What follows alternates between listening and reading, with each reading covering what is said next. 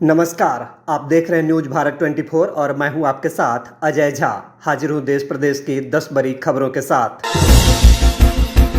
मुख्यमंत्री नीतीश कुमार ने आज इंदिरा गांधी आयुर्विज्ञान संस्थान के निर्माणाधीन आंख अस्पताल का निरीक्षण किया और बचे हुए निर्माण कार्य को तेजी से पूर्ण करने का निर्देश दिया।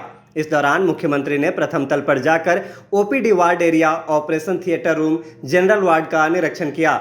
स्वास्थ्य विभाग के अपर मुख्य सचिव प्रत्यय अमृत ने सीएम को जानकारी देते हुए बताया कि 188 करोड़ रुपए की लागत से 154 बेड का यह आंख का अस्पताल अपने आप में विशिष्ट होगा। यह अस्पताल G+3 होगा। यहाँ cornea and refractive glaucoma, retina एवं यूविया के इलाज की बेहतर सुविधा होगी। 24 घंटे इमरजेंसी सुविधा के साथ यह उत्तर पूर्व भारत के सरकारी क्षेत्र का सबसे बड़ा आंख का अस्पताल होगा। श्री कृष्ण जन्माष्टमी के अवसर पर उत्तर प्रदेश के सीएम योगी आदित्यनाथ ने हिंदू एकता पर बड़ा बयान दिया है। उन्होंने कहा कि अगर हम बटेंगे तो कटेंगे। इस बयान के जरिए उन्होंने हिंदुओं को एक होने की अपील की। इस क्रम में उन्होंने बांग्लादेश का उदाहरण दिया। सीएम योगी ने कहा कि बांग्लादेश में हिंदुओं पर हो रहे अत्याचार के प्रति भारत के हिंदुओं को चेतने की जरूरत है। सीएम योगी आदित्यनाथ ने आगरा में आयोजित कार्यक्रम में साफ कहा कि हम बटेंगे तो कटेंगे, हमें एक रहना होगा, हम एक रहेंगे तो नेक रहेंगे।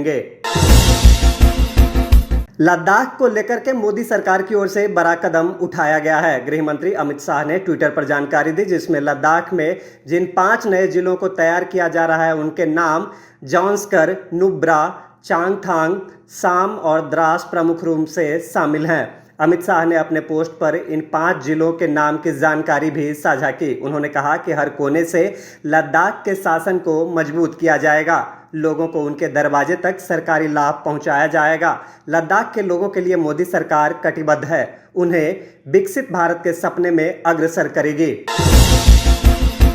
कांग्रेस की प्रवक्ता सुप्रिया ने बीजेपी सांसद कंगना रनौत पर हमला करते हुए कहा कि कंगना के द्वारा किसान आंदोलन के दौरान दिए गए बयान में शामिल किसानों को बलात्कारी और हत्यारा बताने पर बीजेपी चुप क्यों है। उन्होंने कहा कि बीजेपी को यह बताना चाहिए कि कंगना का ये निजी राय है या पार्टी भी उसी से सहमत है। जल्द ही इसका बहुत बड़ा जवाब आपको हरियाणा देगा।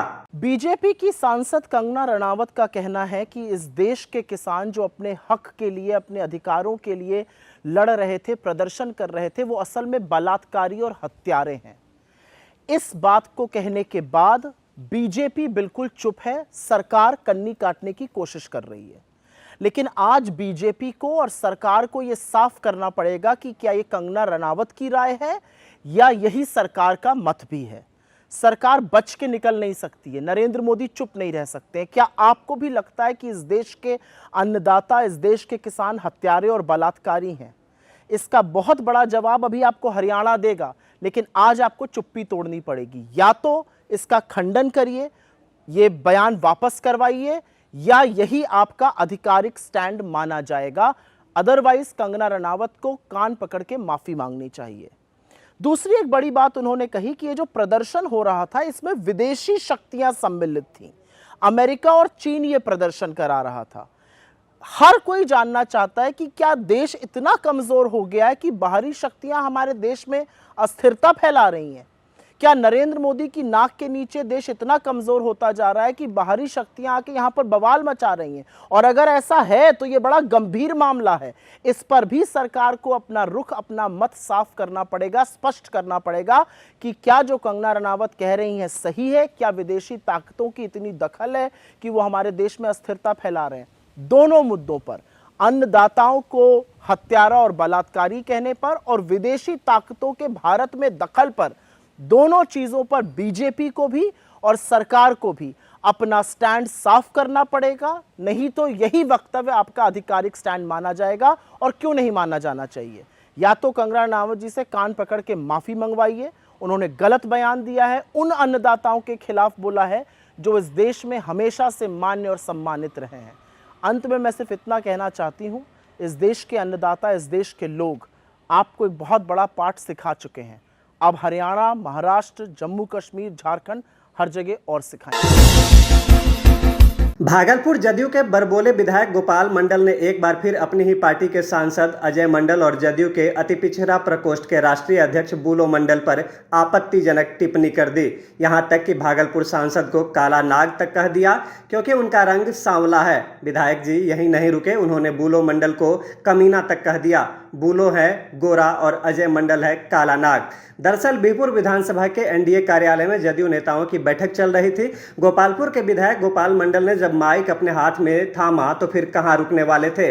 उन्होंने बारी बारी से अजय मंडल और बुलो मंडल को कोसना शुरू कर दिया।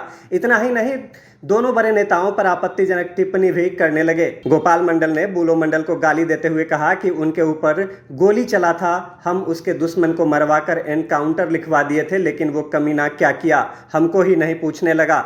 दोनों नाग है, एक गोरा नाग तो दूसरा काला नाग, उस नाग से बचिएगा। सजा उसके देखिए, उसके ऊपर ठनाठन गोली चलाता था जब वो बुलवा मंडल था मेरे, हम नहीं थे मेरे, उसके दुश्मन को मरवाने का मैंने काम किया। मेरी पत्नी का गोड़ पकड़ के कहानी कभी हमारा कहानी, वो फरारी आदमी 50,000 का इनामी आदमी, 50,000 का इनामी आदमी था, हम मरवाए काउंटर की बात बुलवापन के ना। लेकिन वो कमीना इतना खत्म है, उन्होंने क्या किया मेरे लिए।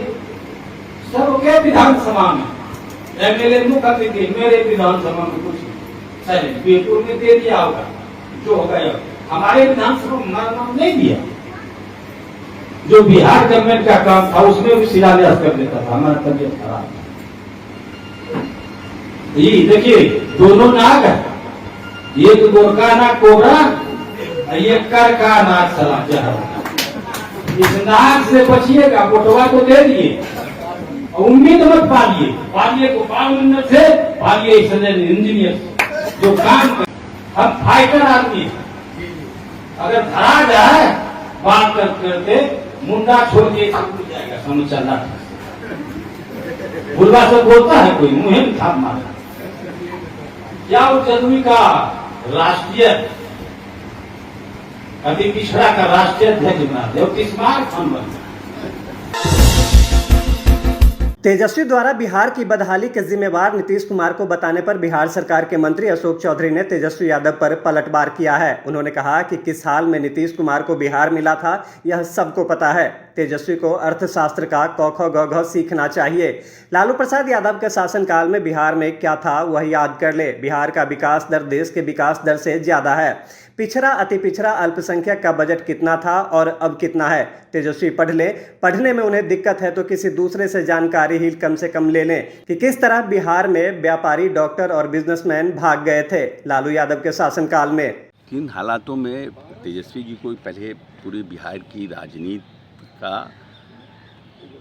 अर्थशास्त्र का कख गघ समझना चाहिए कि किन परिस्थितियों में इनको बिहार मिला, केंद्र से क्या समर्थन उनके पिताजी के कार्यकाल, माताजी के कार्यकाल में था, अभी के समय में अभी के कार्यकाल में क्या समर्थन केंद्र सरकार दे रहा है, कैसे बिहार के बजट को हम लोगों ने बढ़ाने का नीतीश कुमार ने काम किया, कैसे सड़कों का निर्माण हुआ। हमको याद है कि कभी कभी कहीं एक ठो पुल बनता था तो पूरे बिहार में होता था कि वहाँ पर पुल बन रहा है, बड़ा शॉर्ट हो जाएगा। अब कहाँ पुल बन रहा है, कितने पुल बन रहे हैं, किसी को कोई याद भी नहीं है। आज भी हमारा विकास दर देश के विकास दर से ज़्यादा है।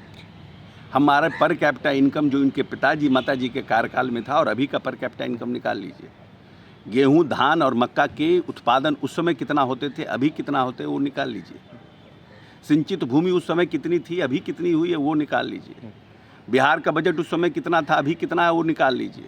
खास करके पिछड़ा, अति पिछड़ा, महादलित और दलित, महादलित और अल्पसंख्यक का बजट कितना था उस समय, अभी कितना है निकाल लीजिए। समझ में इनकी अर्थव्यवस्था आ जाएगी।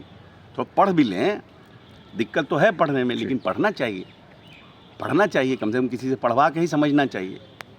बदहाली की जो स्थिति का कह रहे हैं उनको समझना चाहिए, क्या परिस्थिति थी, कैसे डॉक्टर का पलायन हो गया बिहार में, बिजनेसमैन कैसे व्यापारी भाग गए, कैसे यहाँ के इंजीनियर को अगवा किया जाता था, 118 नरसंहार कैसे हो गए, इस प्रदेश में जेल ब्रेक 2-2 कैसे हो गया, सब समझना चाहिए, पढ़ना चाहिए, उसके बाद इस पर बोलना चाहिए, तो ज़्यादा अच्छे से बोल सकेंगे।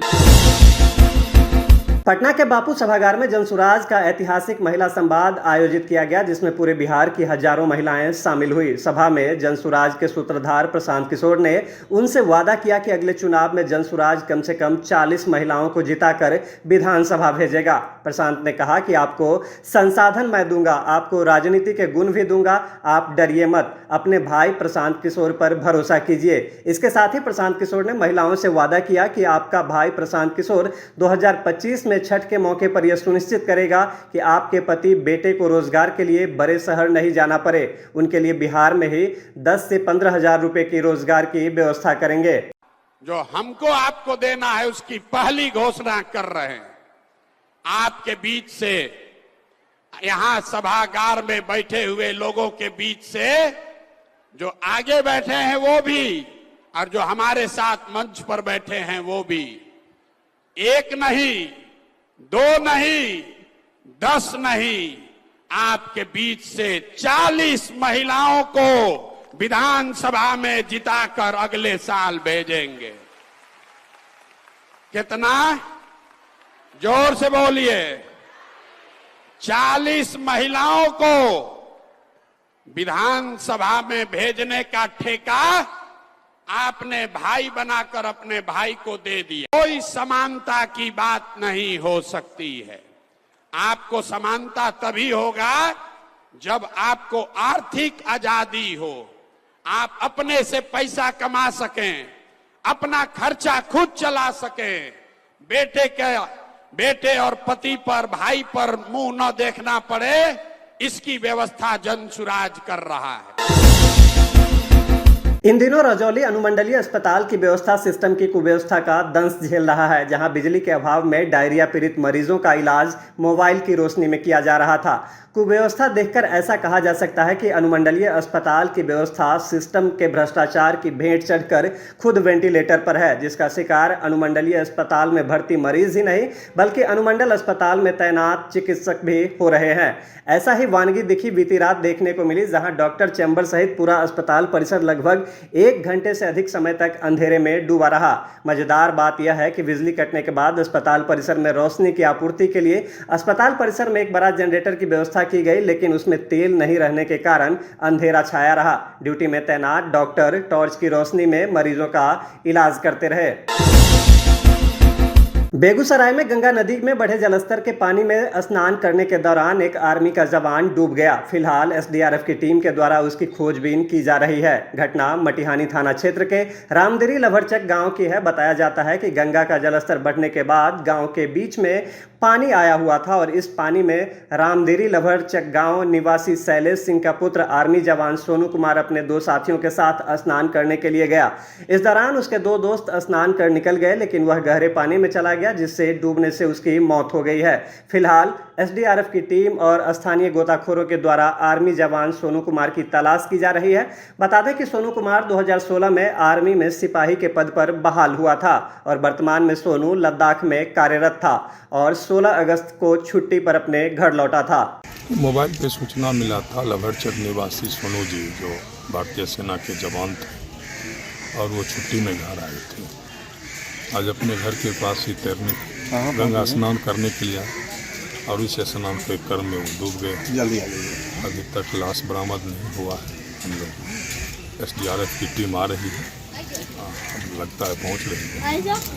बढ़िया पदाधिकारी को सूचना दिया गया है, सभी लोग हैं इंतजार में। बस पहले तो लाश निकले, उसके बाद आगे का। नासा की अंतरिक्ष यात्री सुनीता विलियम्स और उनके साथी बूच विल्मोर जून की शुरुआत में अंतरिक्ष में गए थे। जब दोनों स्पेस में गए थे तब उन्हें यह बिल्कुल भी नहीं पता था कि उन्हें यहां 2025 तक रहना पड़ जाएगा।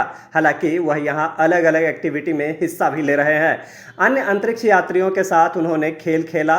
बोइंग स्टारलाइनर कैप्सूल की पहली मानव उड़ान के लिए वह अंतरिक्ष में गए थे। उनका शुरुआती मिशन स्पेस स्टेशन के साथ जुड़ना और वहां से वापस आना था। क्योंकि मिशन छोटा था इसलिए वह अपनी सुविधाओं से जुड़ा कोई सामान भी नहीं ले गए थे। स्पेसक्राफ्ट में खराबी के कारण वह पिछले 11 सप्ताह से इंटरनेशनल स्पेस स्टेशन में मौजूद हैं। नासा ने बताया कि उनकी वापसी अब एलन मस्क की कंपनी स्पेस एक्स के क्रू ड्रैगन कैप्सूल से होगी। अब सवाल उठता है कि दोनों अंतरिक्ष यात्री 2025 तक स्पेस में करेंगे क्या। श्रद्धा कपूर और राजकुमार राव की फिल्म स्त्री 2 एक ही हफ्ते में इस साल की सबसे बड़ी बॉलीवुड फिल्म बन चुकी है, मगर ये धुआंधार फिल्म अभी सांस लेने के मूड में नहीं है, बल्कि दूसरे हफ्ते में स्त्री 2 ने बॉक्स ऑफिस पर ऐसा कमाल किया है जो कोई बॉलीवुड फिल्म नहीं कर पाई। अपने दूसरे हफ्ते में चल रही स्त्री 2 ने दूसरे संडे को ऐसी कमाई की जो कोई बॉलीवुड ब्लॉकबस्टर नहीं कर पाई। सिर्फ 11 ही दिन में श्रद्धा और राजकुमार की फिल्म ने बॉक्स ऑफिस पर एक बहुत बड़ा लैंडमार्क पार कर लिया है। इस फिल्म ने इंडियन बॉक्स ऑफिस पर 400 करोड़ का आंकड़ा आराम से पार कर लिया है। अभी तक की खबरों में बस इतना ही। मुझे दीजिए इजाजत।